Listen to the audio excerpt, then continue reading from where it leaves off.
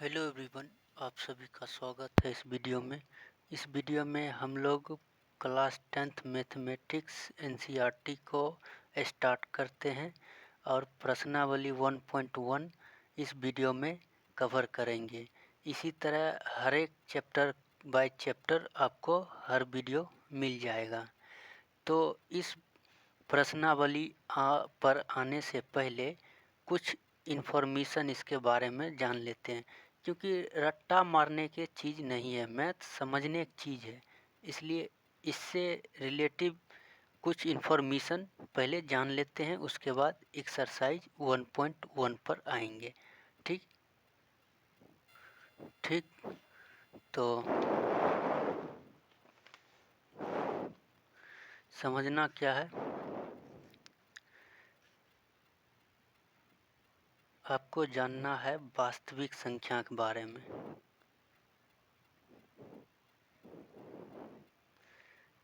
वास्तविक संख्या, वास्तविक संख्या इसके बारे में जानना है। तो वास्तविक संख्या किसको किसको बोलते हैं? तो नंबर 1 प्राकृतिक संख्या, नंबर 2 पूर्ण संख्या, नंबर 3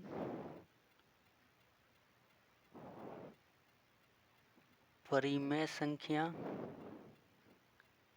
और नंबर 4 अपरिमेय संख्या। अपरिमेय संख्या और नंबर 5 पूर्णांक ले लेते हैं, पूर्णांक। ठीक, तो यह सभी जो है, यह सभी क्या कहलाता है? वास्तविक संख्या। ठीक है, प्राकृतिक संख्या, पूर्ण संख्या, परिमेय, अपरिमेय और पूर्णांक, यह सभी क्या कहलाता है? वास्तविक संख्या है ये सभी। ठीक है, तो मैथ देखो रटने की चीज़ नहीं है, मैथ समझने की चीज़ है। और ऐसा वीडियो आपको यूट्यूब पर कहीं नहीं मिलेगा जो कि बारीकी से अच्छा से डीप होकर समझाएंगे। उसके बाद प्रश्नावली यूँ चुटकियों में हल हो जाएगा। ठीक है, तो वीडियो को लास्ट तक ज़रूर देखना, अच्छा लगेगा तो लाइक ज़रूर कर देना। ठीक, अब समझते हैं प्राकृतिक संख्या किसे कहते हैं। ठीक, प्राकृतिक संख्या के बारे में जानेंगे। यह ऑब्जेक्टिव में भी कई बार पूछा हुआ सवाल है और पूछता है। प्राकृतिक संख्या, पूर्ण संख्या, परिमेय संख्या, ये सब ऑब्जेक्टिव में हर साल पूछता है। ठीक है, तो प्राकृतिक संख्या के बारे में हम जानेंगे। तो प्राकृतिक संख्या को हम n से प्रदर्शित करते हैं। n for natural number. ठीक है, n से इसको सूचित करते हैं। तो प्राकृतिक संख्या किसे कहते हैं? तो जिसमें काउंटिंग नंबर हो। काउंटिंग नंबर का मतलब क्या है? 1 2 3 4 5 6 7 8 dot dot dot counting number है। तो ये काउंटिंग नंबर को हम क्या बोलेंगे? प्राकृतिक संख्या। ठीक है, तो ये जितना भी नंबर है ये चलता ही रहेगा, हमारा ज़िंदगी ख़त्म हो जाएगा पर यह नंबर नहीं ख़त्म होगा, चलता ही रहेगा। तो इसको हम क्या बोलते हैं? प्राकृतिक संख्या बोलते हैं। ठीक, इसे हम n से प्रदर्शित करते हैं। दूसरा है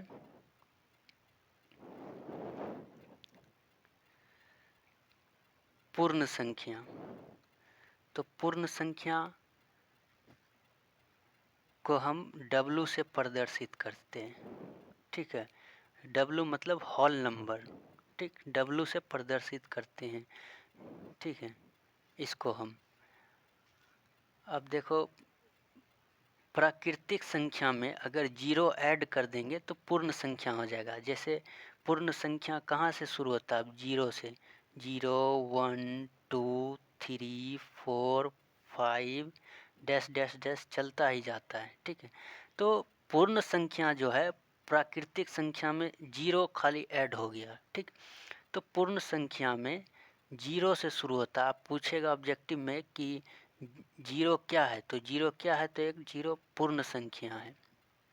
ठीक है, तो जीरो जो है, 0 1 2 3 4 5 जीरो से स्टार्ट होने वाली संख्या को हम पूर्ण संख्या कहते हैं। इसे हम W से प्रदर्शित करते हैं। ठीक है, अब नंबर 3 पर आते हैं। नंबर 3 पर आते हैं, पूर्णांक के बारे में जानते हैं। पूर्णांक, तो पूर्णांक को हम Z से प्रदर्शित करते हैं। ठीक है, Z से इसे हम प्रदर्शित करते हैं। तो अब जिस 0 1 2 3 4 डैश चलता ही जाता है, और इधर माइनस के 1 और माइनस के 2 और माइनस के 3, इधर माइनस में चलता है और इधर प्लस में चलता है। जीरो के बाद इधर प्लस में चल रहा है मतलब, और इधर माइनस में चल रहा है, तो उसको हम क्या बोलते हैं, पूर्णांक बोलते हैं। जीरो है बीच में, इधर प्लस में चल रहा है और इधर माइनस में चल रहा है, तो उसे हम पूर्णांक बोलते हैं। क्लियर? ठीक, अब चलते हैं परिमेय। परिमेय संख्या, परिमेय संख्या किसे कहते हैं? ठीक है, तो इसको हम डिफिनीशन अगर लिखेंगे तो क्या लिखेंगे? प्रत्येक संख्या, प्रत्येक संख्या, ठीक, जिसे हम पी बाय क्यों, यानी कि प्रत्येक संख्या जिसे हम पी बाय क्यों, पी बाय क्यों के रूप में लिख सकते हैं। ठीक है, प्रत्येक संख्या जिसे हम पी बाय क्यों के रूप में लिख सकते हैं, उसे हम क्या बोलते हैं? परिमेय संख्या। क्या बोलते हैं उसे? हम परिमेय संख्या बोलते हैं। ठीक, और क्यों इक्वल टू नॉट जीरो, क्यों का जो मान है वो जीरो नहीं होना चाहिए, यानी कि क्यों यहाँ नीचे में जीरो नहीं होना चाहिए। ठीक है, क्यों का मान जीरो नहीं होना चाहिए। ठीक है, यहाँ तक क्लियर? अब देखो, पी व क्यों, पी व क्यों पूर्णांक है। ठीक, पूर्णांक है। व पी इंटू क्यों का जो HCF होगा, HCF क्या होगा? 1 होना चाहिए, 1 होना चाहिए। ठीक है,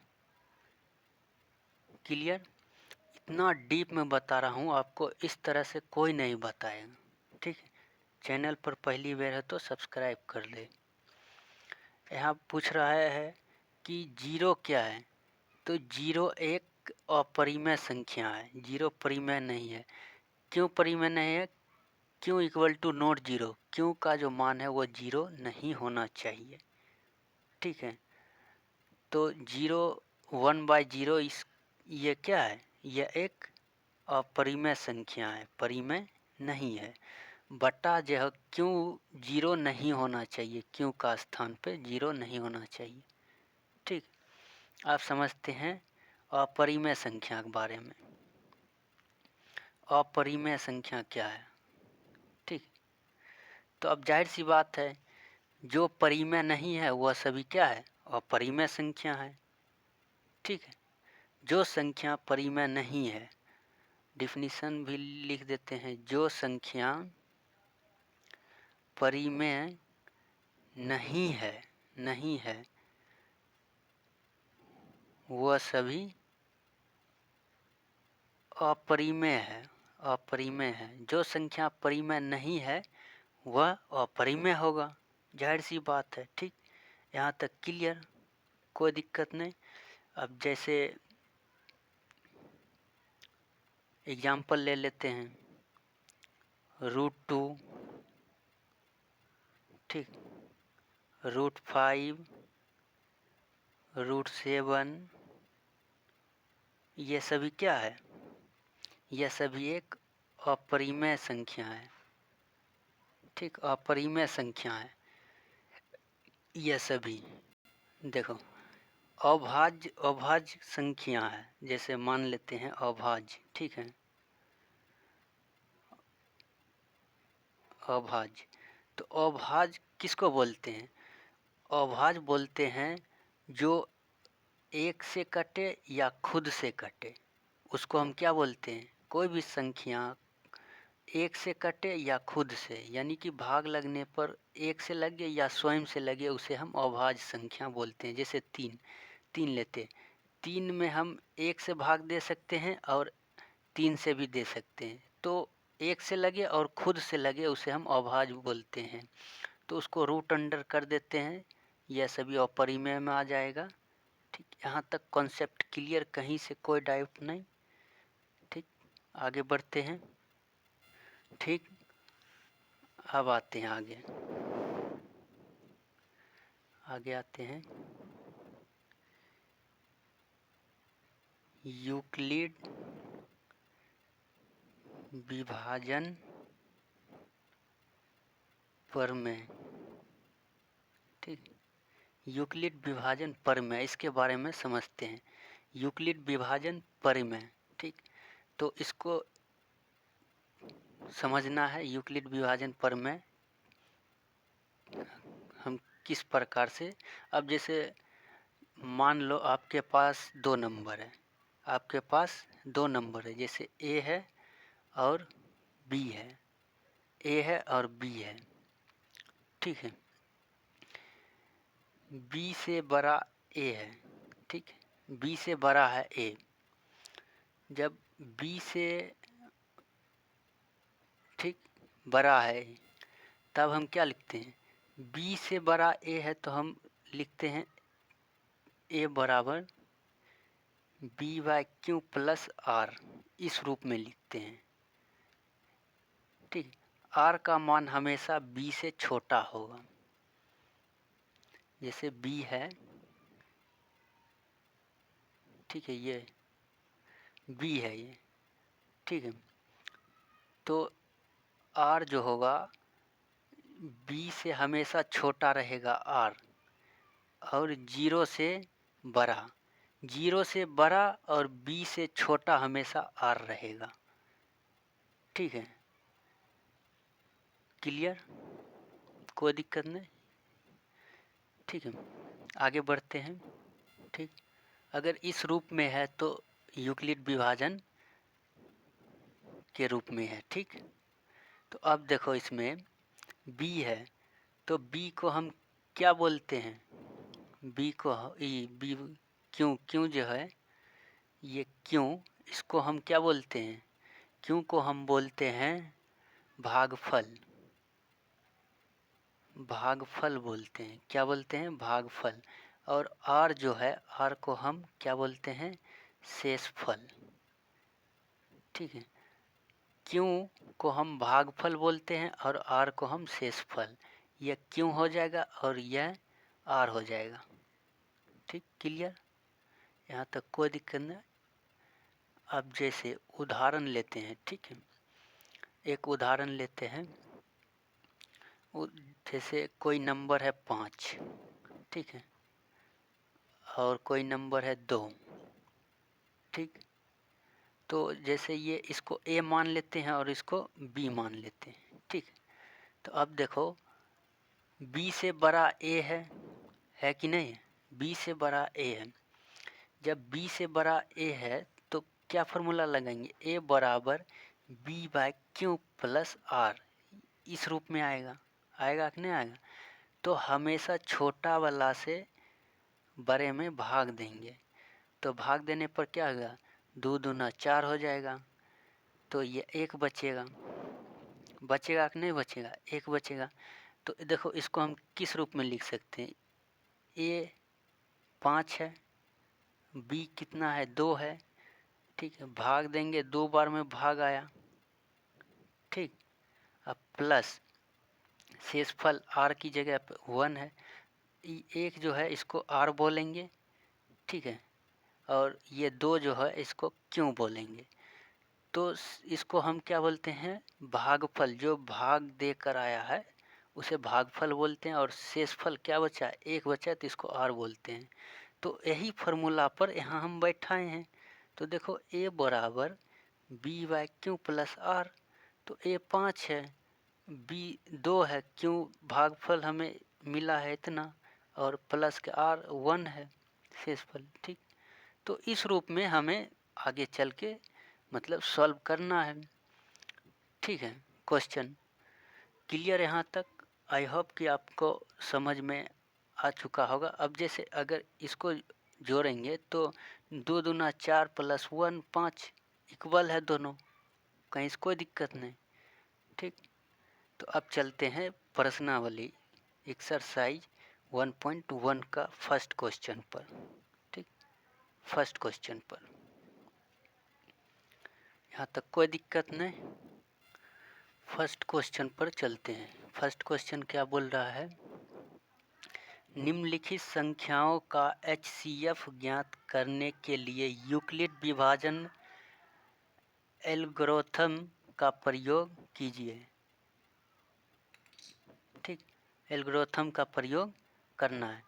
तो पहला क्वेश्चन दिया है यूक्लिड विभाजन द्वारा एल्गोरिथम का प्रयोग करना है कि नहीं। तो 135 और 225 दिया है। ये तीनों इम्पोर्टेंट है, पर ज़्यादा इम्पोर्टेंट ये फर्स्ट और थर्ड लगता है, ठीक है। तो सभी पूछता है, सभी इम्पोर्टेंट है, आपको सभी पढ़ना है, ठीक।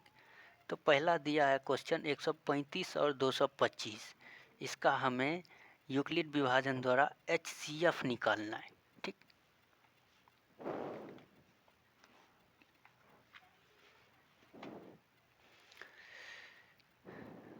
दिया है 135 और 225 दिया है, ठीक, ये दिया है। तो अब देखो क्या है, 225 बड़ा है कि नहीं है, और 135 जो है वह छोटा है, यानी कि इसको हम a मान सकते हैं। फार्मूला क्या है, अब जैसे मान लो फार्मूला समझो, अगर a बराबर B by Q plus R है तो a हमें 135 है, बड़ा है, तो बड़ा a होता है, a मान लो उसको, और b 135 है, ठीक है। तो क्यों हम भाग देकर भागफल निकालेंगे, 135 में जब इतना से भाग देंगे तो क्यों निकलेगा, और आर जो शेषफल बचेगा उसको आर बोलेंगे, ठीक है। तो 225 और 135 अगर इस रूप में आया तो अब लिखेंगे, क्या लिखेंगे, यूक्लिड विभाजन द्वारा, क्योंकि इसको ही हम प्रयोग करेंगे। जो किताब है उसको रूल कायदा फॉलो करना चाहिए। यूक्लिड विभाजन प्रमेय से तो यूक्लिड विभाजन प्रमेय क्या आ जाएगा, 225, ठीक, 135। तो अब क्या करेंगे, 135 को हम भाग देंगे 225 में, तो एक ही दाम होगा 135, ठीक। 0 12 में से 9 1, जब इसको माइनस करेंगे तो 90 बचेगा। तो भागफल 1 है गुने 1, ये क्यों है, ठीक, प्लस आर कितना है 90, ठीक है। ये चरण 1 हो गया, चरण 1, ठीक। अब चलते हैं चरण 2। चरण 2 इतना डिटेल में आपको आज तक कोई नहीं बताया होगा, इतना डिटेल में बता रहे हैं, ठीक। चैनल पर पहली बार है तो सब्सक्राइब कर ले। अब देखो इसको इतना आया शेषफल, तो 135 इधर लाएंगे, 135 बड़ा है, अब इधर 90 हो जाएगा। इसको और इसको 135 इधर आया तो इधर बचेगा 90, ठीक है। अब 90 को हम भाग देंगे 135 में, चरण 2 में, ठीक।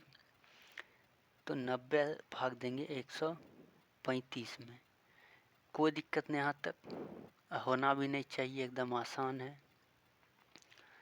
तो एक दाम में लगाएंगे, 90 कम 90 बचेगा कितना 45, 45 बचेगा। तो 1 शेषफल और R 45। ठीक है, अब चरण 3 पर आते हैं। चरण 3 क्या बोल रहा है, तो 90 लाएंगे, बड़ा है 45 से भाग देंगे। ठीक है, चरण 3 में तो 45 से भाग देंगे 90 में, तो 45 दूना 90। तब तक भाग देते रहना है जब तक पूरा जीरो ना आ जाए, शेषफल जीरो ना आ जाए। ठीक, तो दो है भागफल प्लस जीरो शेषफल। तो अंतिम चरण इससे भाग दिया है। ठीक, 45। तो इसका जो HCF जो होगा वो क्या हो जाएगा 45। यही इसका आंसर हो जाएगा यूक्लिड विभाजन द्वारा। ठीक, चलते हैं क्वेश्चन नंबर 2 पर। क्वेश्चन नंबर 2 196 है और किताब में दिया है 196 और 38/20 दिया है। ठीक है, तो आते हैं चरण 1 में, यानी कि यूक्लिड विभाजन। ये आपको लिखना है, प्रॉपर तरह से बनाना है, यूक्लिड विभाजन प्रमेय से। ठीक, यूक्लिड विभाजन प्रमेय से। तो बड़ा कौन है 338, 38/20, छोटा है 196। तो इसको हम भाग देंगे, कितना हम भाग देंगे 196 से भाग देंगे हम 38/20। तो ये आपको भाग देना आना चाहिए। ठीक है, मैंने इसको कैलकुलेटर करके रखा है। जब इसको इससे भाग दोगे तो 196 दामे पूरा कर जाएगा। अब भाग देकर चेक कर लेना, शेषफल जीरो आ जाएगा। ठीक है, तो यह गुना होगा 196 प्लस R जीरो आया, ये R हो गया, और यह इसको क्यों बोलेंगे, तो क्यों जीरो आ गया। फॉर्मूला क्या है, A बराबर B/Q प्लस R। तो A है इतना, B है 196, क्यों हमको शेषफल इतना निकला, R जीरो है। ठीक, तो इसका जो HCF होगा शॉर्टकट में 196 ही होगा। अब भाग देकर चेक कर लीजिए। ठीक है, भाग आना चाहिए। ठीक, मैं भाग दूंगा तो इसमें काफ़ी समय लग जाएगा, तो आपको बोरिंग लगेगा तो अच्छा नहीं लगेगा। तो आप गुना भाग तो आपको आना चाहिए। ठीक है, तीसरे नंबर पर चलते हैं। तीसरा नंबर है 867 दिया है और 255 दिया है और 255 दिया है किताब में। ठीक, आप देखो इसमें से बड़ा क्या है, 867 बड़ा है। ठीक है, किससे बड़ा है 255 से। ठीक है, तो लिखेंगे यूक्लिड विभाजन। आप लिख लीजिएगा विभाजन प्रमेय से। सब बार बार लिखना ना पड़ेगा मुझको, आप समझ जाइएगा एकदम। ठीक है, तो फार्मूला क्या बोलता है, A बराबर B/Q प्लस R है कि नहीं है। तो मतलब इस रूप में दर्शाना है। तो चरण 1, ठीक है, तो बड़ा क्या है 867 बड़ा है कि नहीं। तो 255 से भाग देना है 867 में, 255 से भाग देना है 867 में, है कि नहीं। तो अब मोटा मोटी अब इसको समझ लो कितने दाम कटेगा। अगर इसको हम 3 से भाग देंगे तो ये आ जाएगा 756, इतना आ जाएगा। ठीक, 2 माइनस करेंगे 0 1, इतना बचेगा। ठीक, तो शेषफल 3 से भागफल 3 और शेषफल 102। इसको और इसको उठा लो चरण 2 में। चरण 2 में 255 भाग देंगे 102 से, ठीक है। 102 255 दो बार में लगेगा, 100 100 204 हो जाएगा, ठीक है कि नहीं। माइनस करेंगे 51 होगा, तो भागफल 2 और शेषफल 51। अब लेंगे चरण 3। चरण 3 में इसको उठाओ, इसको 102 की इधर लाओ, बड़ा है 51। अब 51 से भाग देंगे 102 में। तब तक भाग देते रहना है जब तक पूरे कट ना जाए, मतलब शेषफल 0 ना आ जाए, ठीक है। 51 दूना 102, शेषफल 0 है कि नहीं। तो 2 प्लस आर का मान 0 है कि नहीं है, आर इक्वल टू 0। जब तक भाग देते रहना है तब तक आर का मान 0 ना आ जाए, ठीक है। तो इसका जो HCF होगा, HCF क्या हो जाएगा 51 51। कोई दिक्कत नहीं, आसानी से हो गया। चलते हैं क्वेश्चन नंबर 2 पर। क्वेश्चन नंबर 2 क्या बोल रहा है। क्वेश्चन नंबर 2 बोल रहा है, दर्शाइए कि कोई भी धनात्मक विषम पूर्णांक 6q+1 या 6q+3 या 6q+5 के रूप का होता है, जहाँ q कोई पूर्णांक है, जहाँ q कोई पूर्णांक है, ठीक। दूसरे नंबर है,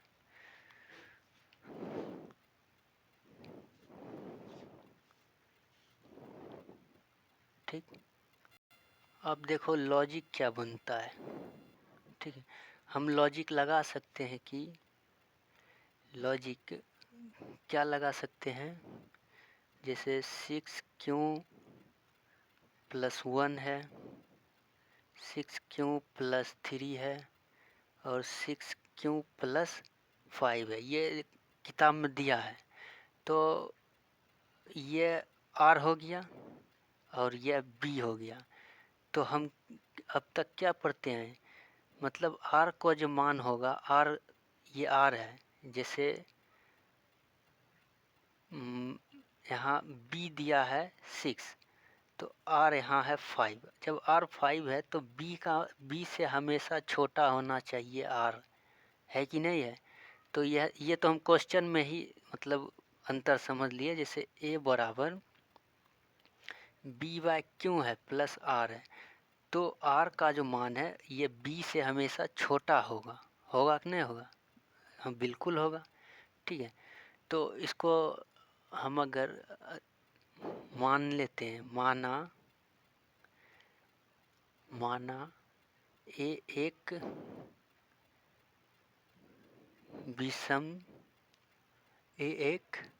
विषम पूर्णांक है, विषम पूर्णांक है जो 6 से बड़ा है, ठीक। 6 से बड़ा है, अर्थात B बराबर 6 मान सकते हैं, यही रूप में दिया है, ठीक क्वेश्चन में। तो अब हम इसको अगर 6 मानेंगे तो R जो होगा B से हमेशा छोटा होगा, है कि नहीं। तो R का मान क्या क्या निकल सकता है, 0 हो सकता है, 1 2 3, एग्जाम्पल के लिए 4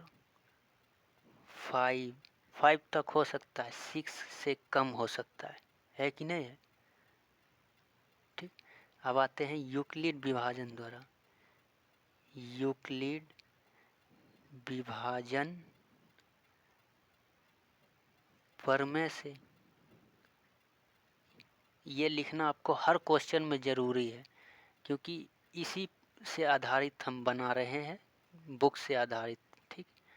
तो आप बुक को फॉलो कर रहा है तो उसको लिखना बहुत ज़रूरी है कि नहीं। तो क्या बोलता है, A B/Q प्लस R, है कि नहीं। तो अब ले लेते हैं केस वन, केस वन में क्या कहता है, आर का मान हम क्या रखेंगे, एक दा 0 रखेंगे, एक दा 1 2 3 रखेंगे, 4 रखेंगे, 5 एक दा सब रखेंगे। तो केस वन में आर का मान हम 0 रखेंगे। तो ए बराबर बी का मान दिया है 6 लेंगे, ठीक है। तो 6, कोई दिक्कत नहीं, क्यों, प्लस 0 इस रूप में आ गया, ठीक है। तो ये इसको ए बराबर 6 क्यों हो जाएगा, 6 क्यों, क्या है, एक सम संख्या है, ठीक। सम संख्या किसे कहते हैं, जिसमें 2 से अधिक संख्या से भाग लग सकता है। विषम संख्या किसे कहते हैं, एक या खुद उससे ही वही संख्या से भाग लगे उसे विषम संख्या कहते हैं। ये ऑब्जेक्टिव में भी पूछ सकता है, ठीक है। इसका डिफिनेशन भी पूछ सकता है, ये दोनों में अंतर भी पूछ सकता है, तो आपको जानना बहुत ज़रूरी है, ठीक है। कोई दिक्कत नहीं। आप चलते हैं केस 2 पर। केस 2 क्या कह रहा है, केस 2, तो आर का मान हम क्या रखेंगे, 1 केस 2 में, ठीक है।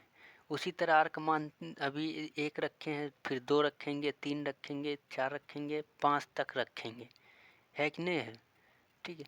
तो केस 2 में क्या हो जाएगा, ए बराबर 6 क्यों प्लस 1, यह रूप में आ गया। तो 6 क्यों क्या है, सम संख्या है, सम है, और 1 क्या है, 1 एक विषम है, विषम। तो सम और विषम इसको मिलाने पर तो क्या हो जाए, जैसे माइनस और प्लस, तो माइनस प्लस माइनस होता है, प्लस माइनस माइनस होता है। तो इसी तरह सम और विषम, सम विषम क्या होता है, विषम होता है, ठीक है। मान लो इसको पॉजिटिव और इसको निगेटिव मान लो, तो माइनस और प्लस